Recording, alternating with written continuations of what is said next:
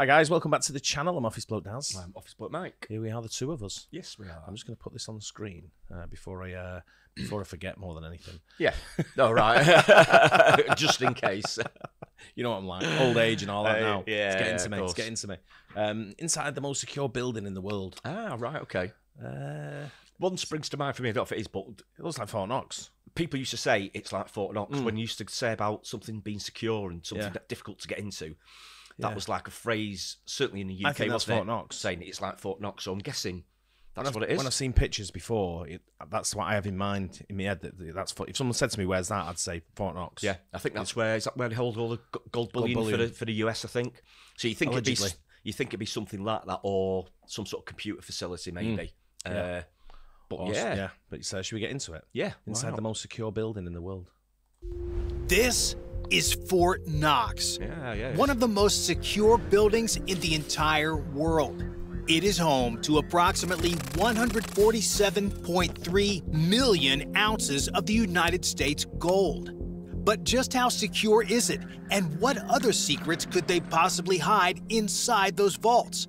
And is it actually hiding the most valuable treasure of the U.S. government, or is it just a decoy to hide the real place that holds it? Yeah. In the early 1930s, the United States was in the midst of the Great Depression, and the threat of another war in Germany was ever present. President Roosevelt made it abundantly clear that he was going to make big decisions in order to improve the financial situation in the country, both in stability and in security. He had made his dissatisfaction with the U.S. gold storage situation clear. But before he got to that, in a move to stabilize the economy and prevent the hoarding of gold during this financially trying time, he issued Executive Order 6102, which required U.S. citizens to turn in their gold coins, bullion, and gold certificates to the Federal Reserve in exchange for paper currency. Between 1933 and 1937, this increased the U.S. gold reserves to around $8 billion. After this decision, the gold stores currently located at the New York Assay Office and the Philadelphia Mint were deemed unfit to hold such a large value and needed to be moved to someplace far more secure. You see, these two cities are very close to the shores, which means these locations are very vulnerable. If an enemy attacked from the coast and took control of New York or Philly, the U.S. would lose control of a huge portion of its wealth. So in 1935, the decision was made by President Roosevelt and the United States Treasury Department to commission a new place to store the reserve, a place far away from any shores, a place much more difficult for an enemy to take over: Kentucky. Remember I told you this is Fort Knox at the start?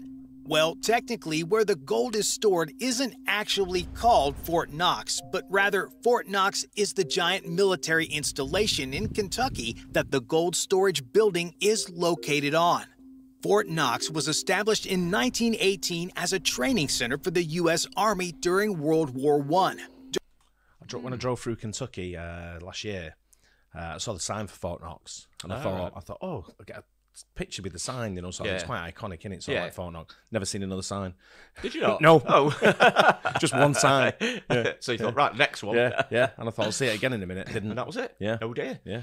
So I guess it's not somewhere where it's. I guess like you say, Fort Knox was the military. Yeah, base, that's right. Yeah. It's interesting that they say about it maybe being a decoy, because you think maybe something like such large amounts, it may be in like an underground bunker somewhere. Yeah. Something like that. So so it'd be a bit even more secure. Especially nowadays. Yeah. I know the way things are. But you would have. They were talking about there getting invaded, but the other thing you got to think about as well is getting away. I think if someone sort of like comes in, loads shit up on boats and then bolts, they've gone into the ocean, aren't they? Sort of thing. Quite more difficult to find someone driving around on land. True. You know? Yeah, that's true. I don't know. Is that something you'd steal now? It's unlikely. Yeah, very unlikely. I think, right? I mean, I know you'd want it. Yeah. I know it's valuable still. It's very, very valuable. Yeah. It's high. But how far would you get? Yeah, not very, I don't think. It'd have to be a full invasion, wouldn't it? You'd have to be to get. I'm guessing we're not seeing it yet, but I'm guessing to get into a place like this, you'd have to have like an army on the doorstep, wouldn't you? Exactly. Yeah. During the interwar period leading up to World War II, Fort Knox became the primary training center for the U.S. Army's armed forces, playing a crucial role in developing tank warfare tactics. Today, it is still used in training military men for our now more modern and advanced warfare, but its primary use is more on the Treasury side instead of the military side, providing storage and protection to the aforementioned 140 million-ounce portion of the United States gold supply.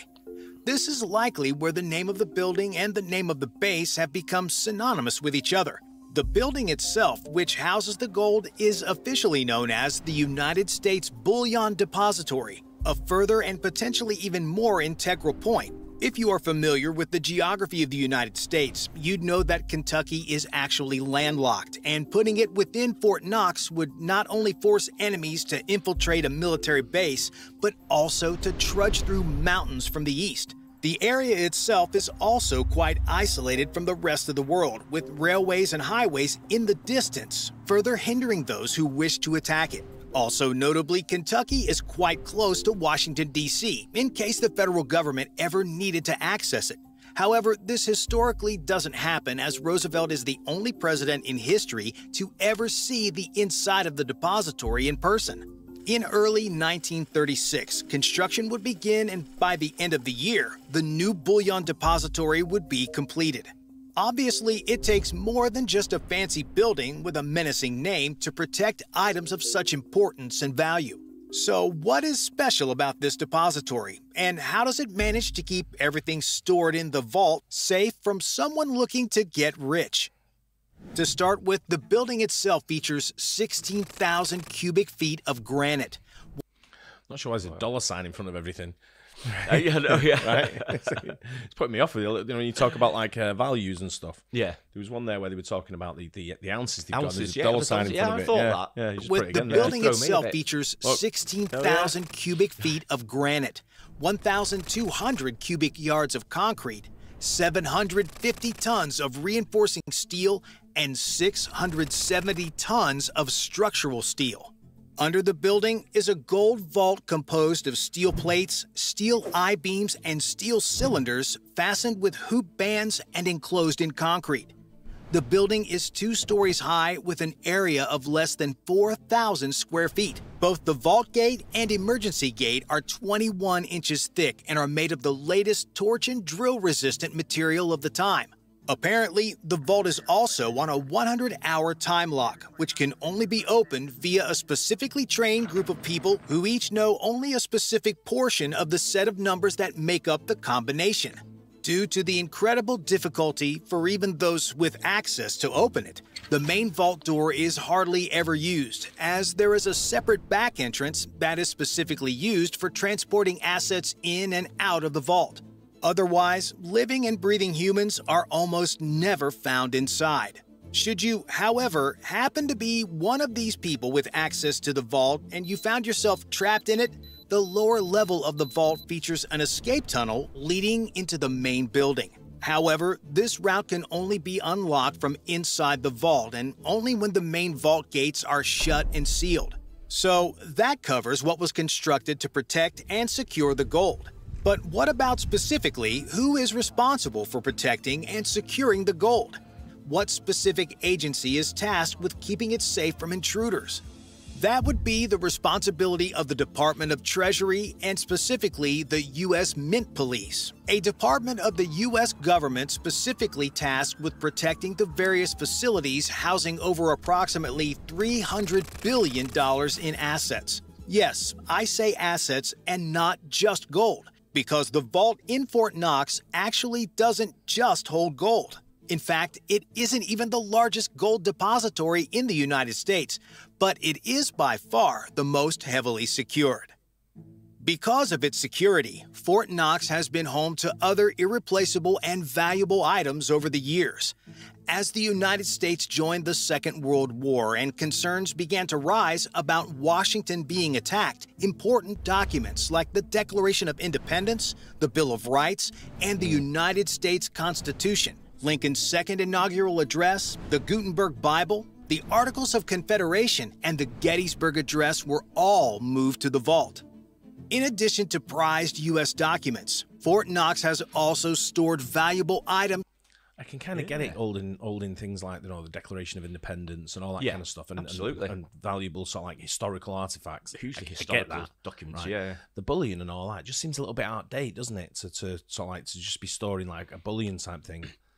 I think it's just like a historical thing, isn't it? With gold bullion, I think it's something that always keeps its value. Oh, big time. Goes up in value. So I think that's why they still keep gold bullion. Yeah. I'm guessing in times of big trouble, and they can sort of like sell some of it on the market. I'm guessing that's why they do it. Yeah, because it's sort of like going up in price, isn't it? It just seems that the way it's stored, if you stored it all in one type thing, I know we said it's not the biggest bullion stuff, but it just seems to have one building that's storing it a little bit out of date. Yeah, you know, in today's sort of like world. Yeah, you know, I get it in the 30s and the 20s and all that kind of stuff, and even 40s all the way through to probably the 80s. Yeah, but after that, you'd think it'd be sort of like more distributed, a bit more scarce. And it could be. Yeah, maybe. Could just be a decoy, like they were saying. But I get storing artifacts in certain places. Oh, definitely. Yeah, they've got to be stored safely because, like I said, they're so historical. Aren't they? They really are. Yeah. You can't replicate them, can you? No, not at all. No, the one-offs. Yeah. For other government agencies. In 1939, following the outbreak of World War II in Europe, an original copy of the Magna Carta, which was currently being displayed at the World Fair in New York, was transferred to the vault. It would remain there for nearly a decade before being returned to England in 1947. Other important possessions included the whole... Two old women tried to damage it last week, the Magna Carta. Did you see it? No, I didn't see that. Yeah, some old dude tried to sort of like hammer a hole punch into the glass that was surrounding it. Right, okay. It was I don't know if it was a Just Stop Oil or a anti-Palestine, anti-Israel, Palestine, pro-Palestine, sort of like I guess it's a bit like bulletproof glasses and didn't get through. Mate, it was two old women. Wow. One's holding the punch sort of thing, and the other one's belting it with the hammer. With a hammer. Yeah. Wow. On the Magna Carta, on the glass I around that one, but wow. Holy Crown of Hungary, along with the sword, scepter, orb, and cape of Saint Stephen, the King of Hungary. The vault was even home to a year's supply of morphine and opium from 1955 onwards. This was done as a precaution during the Cold War, as it was thought that access to such medicine supplies would become harder and harder to come by. Considering the importance of all these documents and artifacts, it should come as no surprise as to why Fort Knox is considered one of the most secure places on Earth. But it isn't the largest depository of gold in the United States. That title belongs to the New York Federal Reserve Bank. The Federal Reserve in New York, or the Fed, which refers to the collection of banks under the Federal Reserve umbrella, is the largest gold depository not only in the United States, but in the entire world.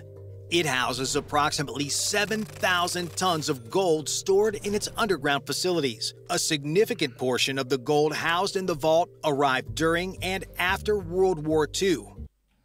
That's what I was getting at before, because he was saying in the Fort Knox was built so like it was more central. Yeah, so it was away from the coast in case of an invasion. But they've got the biggest bank sat right in New York. In New York, right on the coast. Right on the coast, which is what they were saying was one of the reasons why they moved it away. But that's what I'm saying. Probably I'm thinking more development, but I don't know when this was come about for it to move to New York, for New York to sort of like start hoarding it. I'm guessing they're thinking it's probably fairly unlikely someone's going to invade the coast of New York, maybe where the gold is. But you know, if they can do that, then they can probably land anywhere in the country, can't they? So, exactly.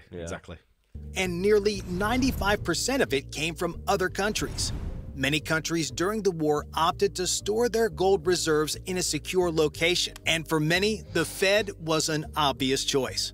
The amount of gold in the vault continued to rise and reached its peak in 1973, shortly after the United States stopped allowing foreign governments to convert dollars into gold. At its highest point, the vault held over 12,000 tons of monetary gold. Since then, activity regarding gold deposits and withdrawals has slowed down, leading to a gradual yet consistent decrease in overall holdings. Nevertheless, the vault remains the largest known depository of monetary gold worldwide, and Fort Knox remains one of the most secure facilities ever to be constructed.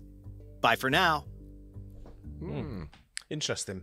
Yeah, I like finding out about buildings like that. You know, you always wonder what sort of like what lies within, sort of thing. Yeah, definitely. And I like to visit certain places, but you probably can't get anywhere near Fort Knox, I'm guessing. I wouldn't have thought so if it's holding that much gold. I think just purely based on it being a military base. Yeah, you know, true. Unless you knew clearance and everything. Correct. I don't think it's open for like tourists, is it, or anything? No, but it's a bit of a shame. But it'd be great to go there. Yeah, it's one of them sort of like it's just interesting because it's been used in terms for ages.